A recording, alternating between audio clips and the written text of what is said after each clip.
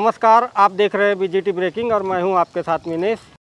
हट्टा क्षेत्र में आदिवासी लड़कियों के साथ हुई गैंगरेप की घटना पर जिले से लेकर प्रदेश भर में घोर निंदा की जा रही है। वहीं घटना से विचलित होकर 30 अप्रैल को नेता प्रतिपक्ष उमंग सिंगार बालाघाट पहुंचे, जहां वे पीड़ित आदिवासी लड़कियों के गांव पहुंचकर परिजनों और पीड़ितों से मिले। वहीं उन्होंने पीड़ितों को न्याय दिलाने का भरोसा दिलाया।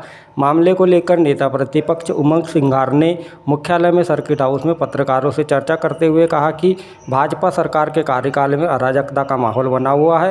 उन्होंने घटना को समाज के लिए कलंकित बताते हुए मुख्यमंत्री मोहन यादव पर तीखी तलक टिप्पणी करते हुए कहा कि प्रदेश के मुखिया मोहन यादव हमेशा घटनाओं पर मौन रहते हैं। तो चलिए देखते हैं क्या कह रहे हैं नेता प्रतिपक्ष उमंग सिंगार। 32 परिवार जो जंगल पर निर्भर है, न उस गांव में बिजली पहुंची।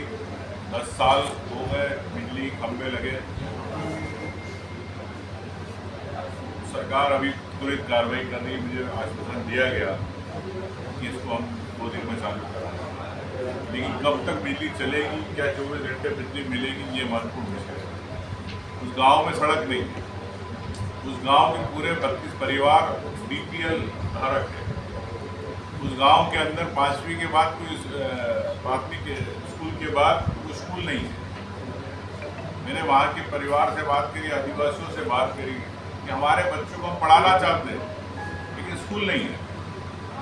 सरकार स्कूल नहीं दे पाई, पानी नहीं दे पाई, जल जीवन मिशन के पाइप में टोटियाँ नहीं, कनेक्शन नहीं, न पानी दे पाई, न बिजली दे पाई, न स्कूल दे पाई। तो ये आप एक बालाघाट के दुर्गम एक छोटे से गांव की आप स्थिति दे सकते हैं कि किस प्रकार से भारतीय जनता पार्टी की सरकार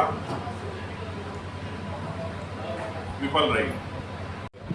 2022 से अभी तक 7,700 से ज़्यादा ST/SC पर पूरे प्रदेश में हत्या, बलात्कार कई मामले हुए। और ये भी देखने को मिल रहा है कि किसी दूल्हे को घोड़े पे नहीं चढ़ाया जा रहा, किसी को मंदिर में दर्शन नहीं कराया जा रहा है, किसी दलित को हैंडपंप से पानी नहीं भरने दिया जा रहा। तो ये असमानताएं क्यों? आज़ादी के इतने सालों के बाद क्या कारण है? सरकार अगर सबकी है, धर्मनिरपेक्ष है, सर्वधर्म सबकी समानता रखती है, मैं समझता हूँ कि सरकार को चाहिए। अभी तक मध्य प्रदेश में 2024 से अभी तक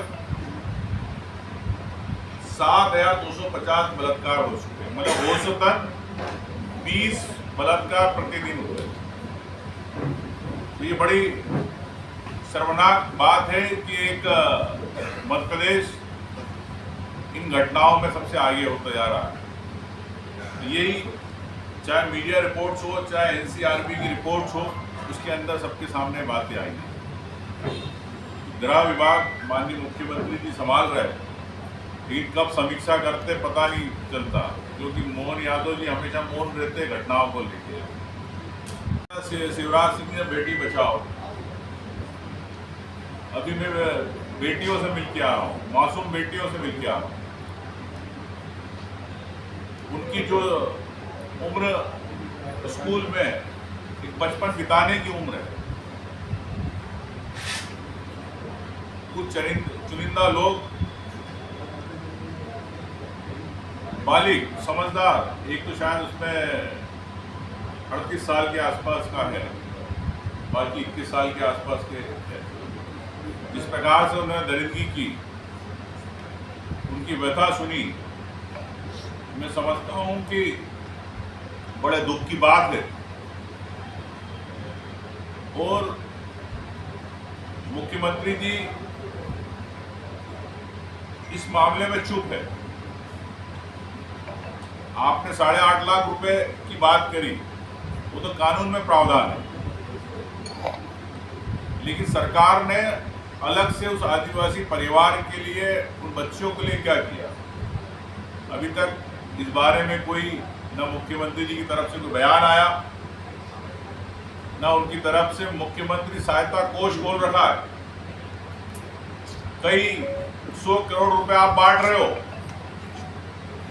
कहीं अगर छोटा एक्सीडेंट हो जाता तो आप वहां 2 लाख 5 लाख रुपए दे देते हो। कोई और कहीं घटना घटती है, कोई मर गया तो उसको आप दे देते हो पैसे।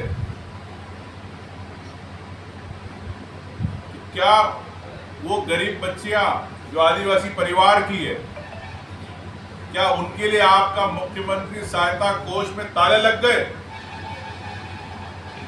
मुख्यमंत्री से जो अधिकार उनको कानून में वो तो आप मिल रहा है, लेकिन आपकी सरकार की तरफ से मुख्यमंत्री सहायता कोष से कब ताला खुलेगा, कब आप उन बच्चियों की मदद करेंगे, उस परिवार की? ये मैं देखना चाहता हूँ। और कांग्रेस के हमारे विधायक संजय जी ने भी मांग करी, सभी स्थानीय विधायकों ने, जनप्रतिनिधियों ने बात करी है, इस परिवार को 1-1 करोड़ रुपए मिलना चाहिए।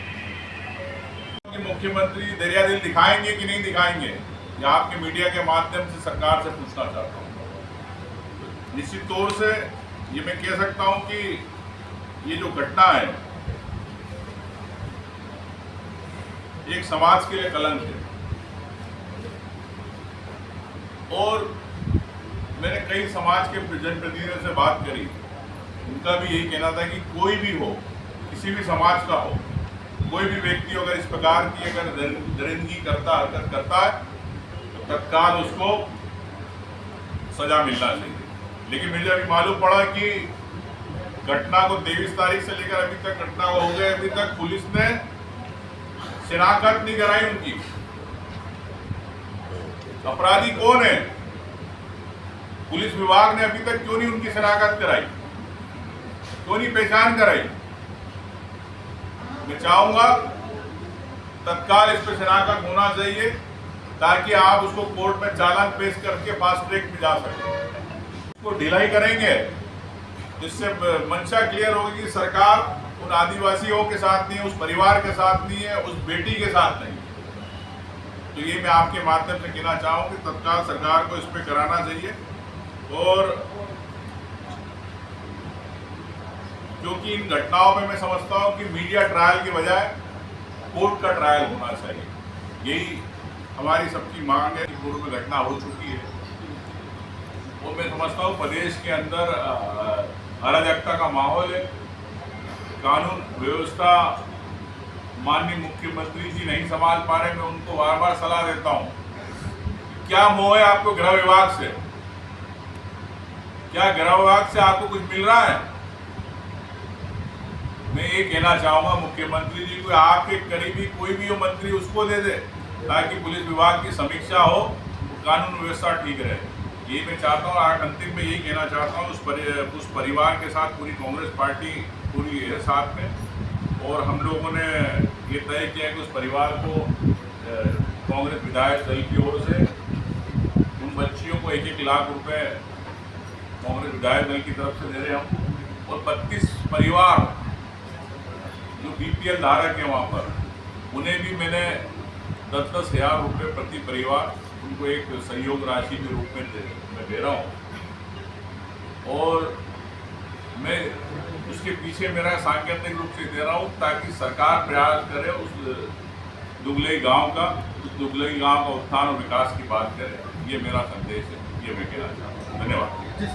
देखिए, इस बारे में मेरी पुलिस प्रशासन से बात हुई और उन्होंने भी आश्वासन किया है कि इस प्रकार अगर कोई दबाव की राजनीति करेगा, कोई भी तो व्यक्ति भी करेगा, तो हम तत्काल उस पर कार्रवाई करेंगे। ये प्रशासन की तरफ से मुझे कहा गया, बताया गया। सर, इस मामले में भाजपा के किसी भी नेता का बयान या कुछ नहीं आया? जिले में भी बड़े नेता हैं, पूर्व मंत्री रहे हैं, तो अभी तक कोई बयान नहीं। प्रदेश में भी कोई बयान नहीं। मंदिर बनता तो जय सियाराम वाले साहब आ जाते तो बयान दे देते, लेकिन किसी गरीब परिवार के साथ, किसी आदिवासी के साथ हो रहा तो भारतीय जनता पार्टी क्या सो गई? मैं तो कह रहा हूँ मुख्यमंत्री सो गए। मुख्यमंत्री का कोई बयान नहीं आया, इनके प्रदेश अध्यक्ष का बयान नहीं आया, ना उन्होंने आपने सहयोग राशि की बात कर रहे। तो आप चाहते क्या प्रदेश में दलित आदिवासियों के साथ क्या? और बेटी बचाओ की बात करते हो, कहाँ बेटियां बच रही है? ये इससे सबसे बड़ा उदाहरण आपके बालाघाट का है, इससे बड़ा उदाहरण नहीं हो सकता।